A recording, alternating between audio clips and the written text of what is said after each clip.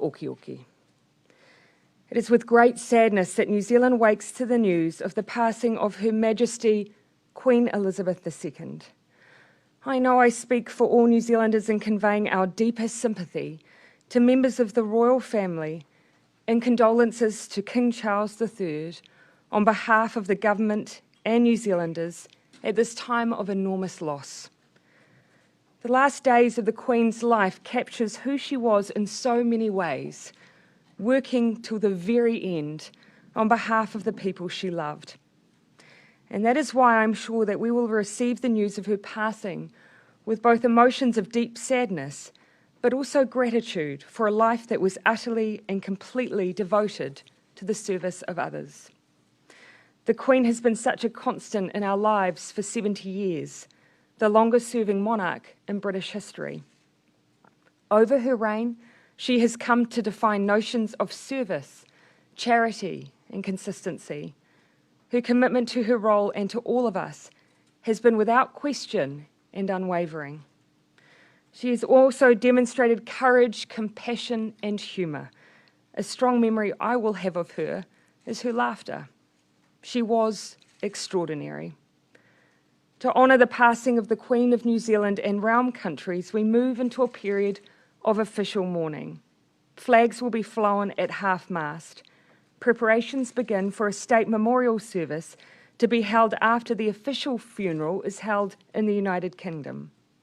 While we await details of these arrangements, we anticipate it will be held in the UK in about 10 days' time.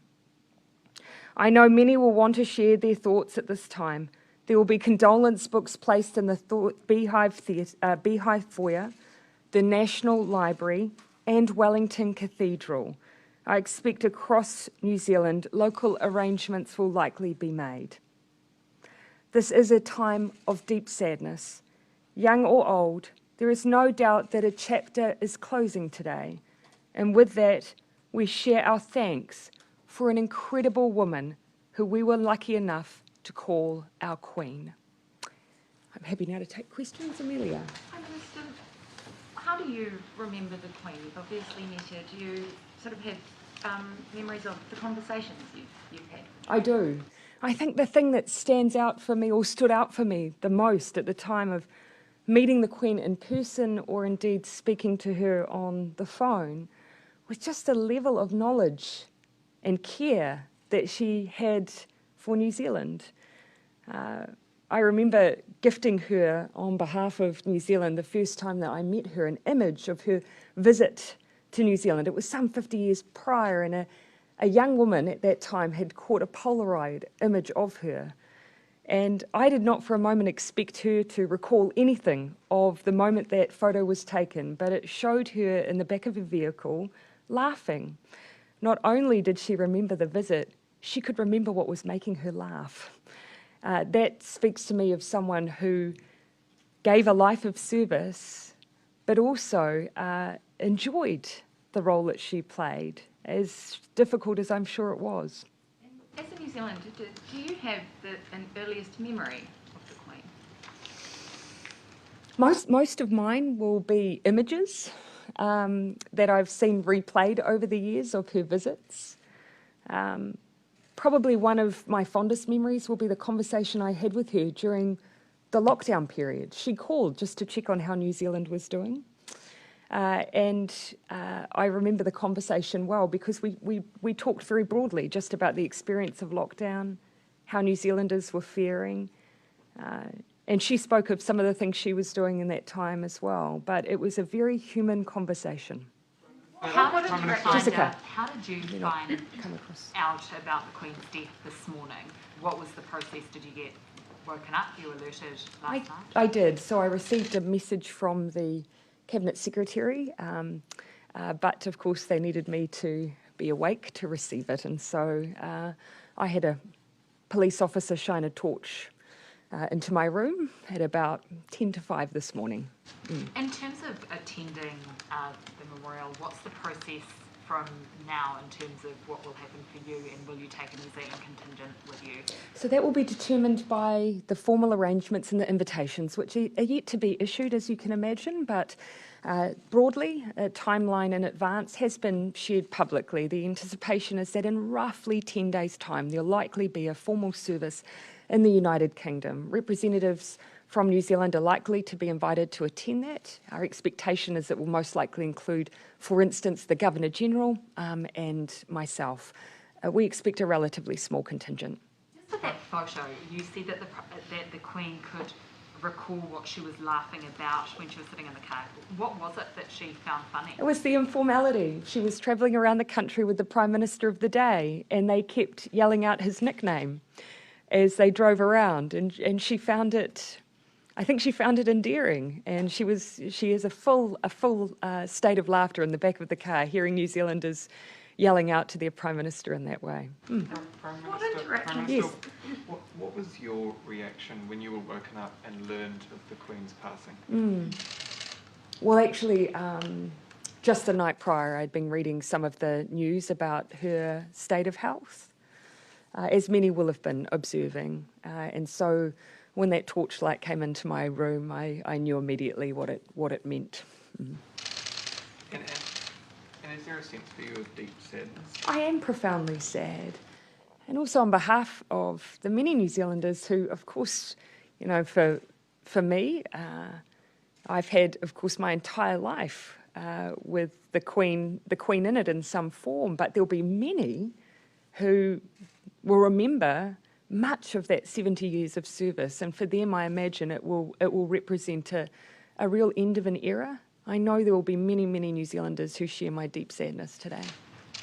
What interactions have you had with King Charles? Have you had conversations with him, and do you have sort of some thoughts on him? Yeah, actually, I've been lucky enough to have many interactions with King Charles. The King, like his mother, has a deep love for New Zealand. He also has a passion for the environment. He's spoken of climate change long before it became the global focus that it needed to be. He also has a deep commitment to the well-being of young people and has a number of programs that have been in New Zealand as a result of that. I know that he will continue that affinity for Aotearoa.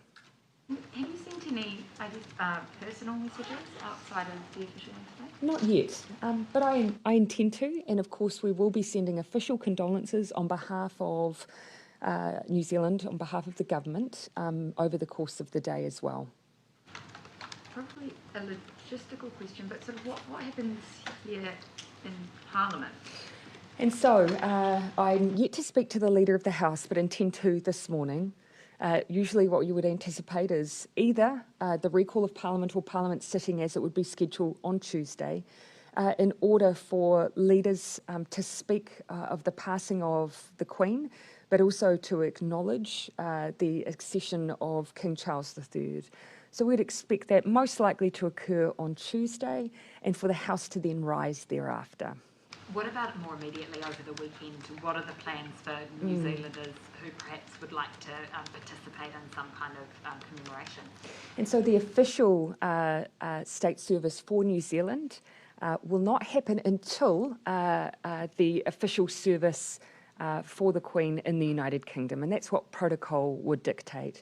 So we expect that once we have arrangements or are aware of arrangements in the UK, then we'll set down the plans for New Zealand.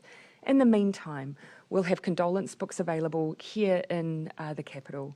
I imagine many may wish to leave tributes. Pukeahu will be a place that will be available here in Wellington, and I expect around the country people will likely spontaneously find their own places to leave their tributes to. What could the state memorial service look like? Would we have that in different centres, or would that just be in one place? Yeah, most likely we'd look to hold a central event, but I imagine what we'd look to is ways that New Zealanders can participate in some form. As soon as we have more details on those arrangements, we'll be sharing them publicly. Have you sent any messages to King Charles or to the Queen's grandchildren, understanding a personal, you have a relationship with them? Not yet, but I intend to. Most importantly, though, it's my role to, on behalf of the government, send those condolences, and that will take priority. And we'll do that over the course of today. We also expect the NZDF at some point will be issuing details of a likely gun salute.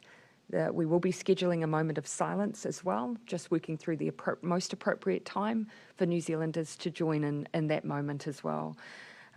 There will also be a process, although of course the King takes his position automatically on the passing of the Queen. There will also be a process that will take place to acknowledge that formally in the UK. We will then, in New Zealand, also have a proclamation that will be read. So after the formal process occurs in the UK, there will be a proclamation here in New Zealand to acknowledge formally the role of the King. New Zealanders who perhaps don't know that process, can you just outline what that proclamation would look like here for us? So the proclamation ceremony, which we expect will be in the coming days, is just that, very ceremonial. It will involve the Governor-General and I believe the Herald. They will read the proclamation announcing the role of the King on the steps of Parliament. As I say, it's more of a formality to acknowledge the role of the King in New Zealand. And as an aside, that's the one period where the flags will move from half-mast to full-mast and then return to half-mast at the conclusion. There were a lot of New Zealanders who are waking up sort of very shocked this morning and who, have only known Queen Elizabeth as their monarch. What's your message to those New Zealanders who are sort of feeling that sense of shock and sadness? I feel very similar emotions, both at the same time feeling a sense of deep sadness, but also deep gratitude. Here is a woman who gave her life utterly to the service of others. And regardless what anyone thinks of the role of monarchies around the world, there is undeniably, I think here, a display of someone who gave everything on behalf of her people, and her people included the people of Aotearoa, New Zealand. Anything further? Just on the back of that, is there a sense of, there's been so much talk and speculation over years and years over the Queen's health, is there a sense of shock and disbelief for you that you are standing here this morning and addressing her passing?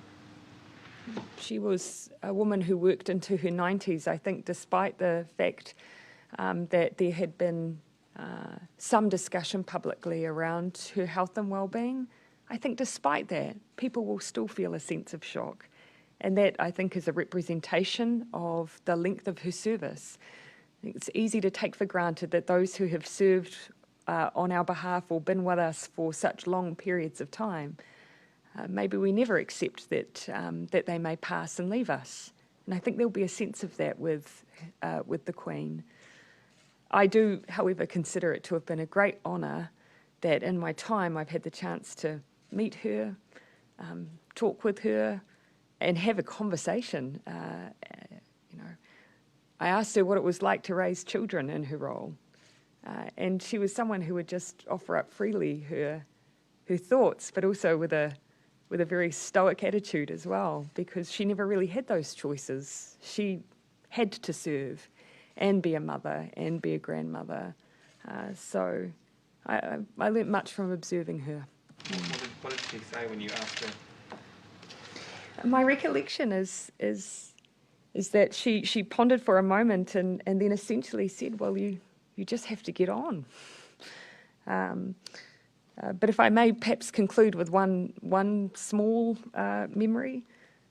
During the lockdown, when we spoke, I asked her how she was passing the time, and she said that she'd been listening to a radio interview with someone who was a political prisoner confined to a very small space for decades. And she said to me, you listen to that and it makes one feel rather small. I think it's easy to believe that when you're in such a role that somehow you get a distance from others or from from what it is to be human. I never ever got that sense from her. The fact that she was sitting there as the Queen, thinking about what it would be to be permanently confined, as others may have experienced, I think demonstrated the thoughtful person that she was. She was extraordinary. Thank you, everyone.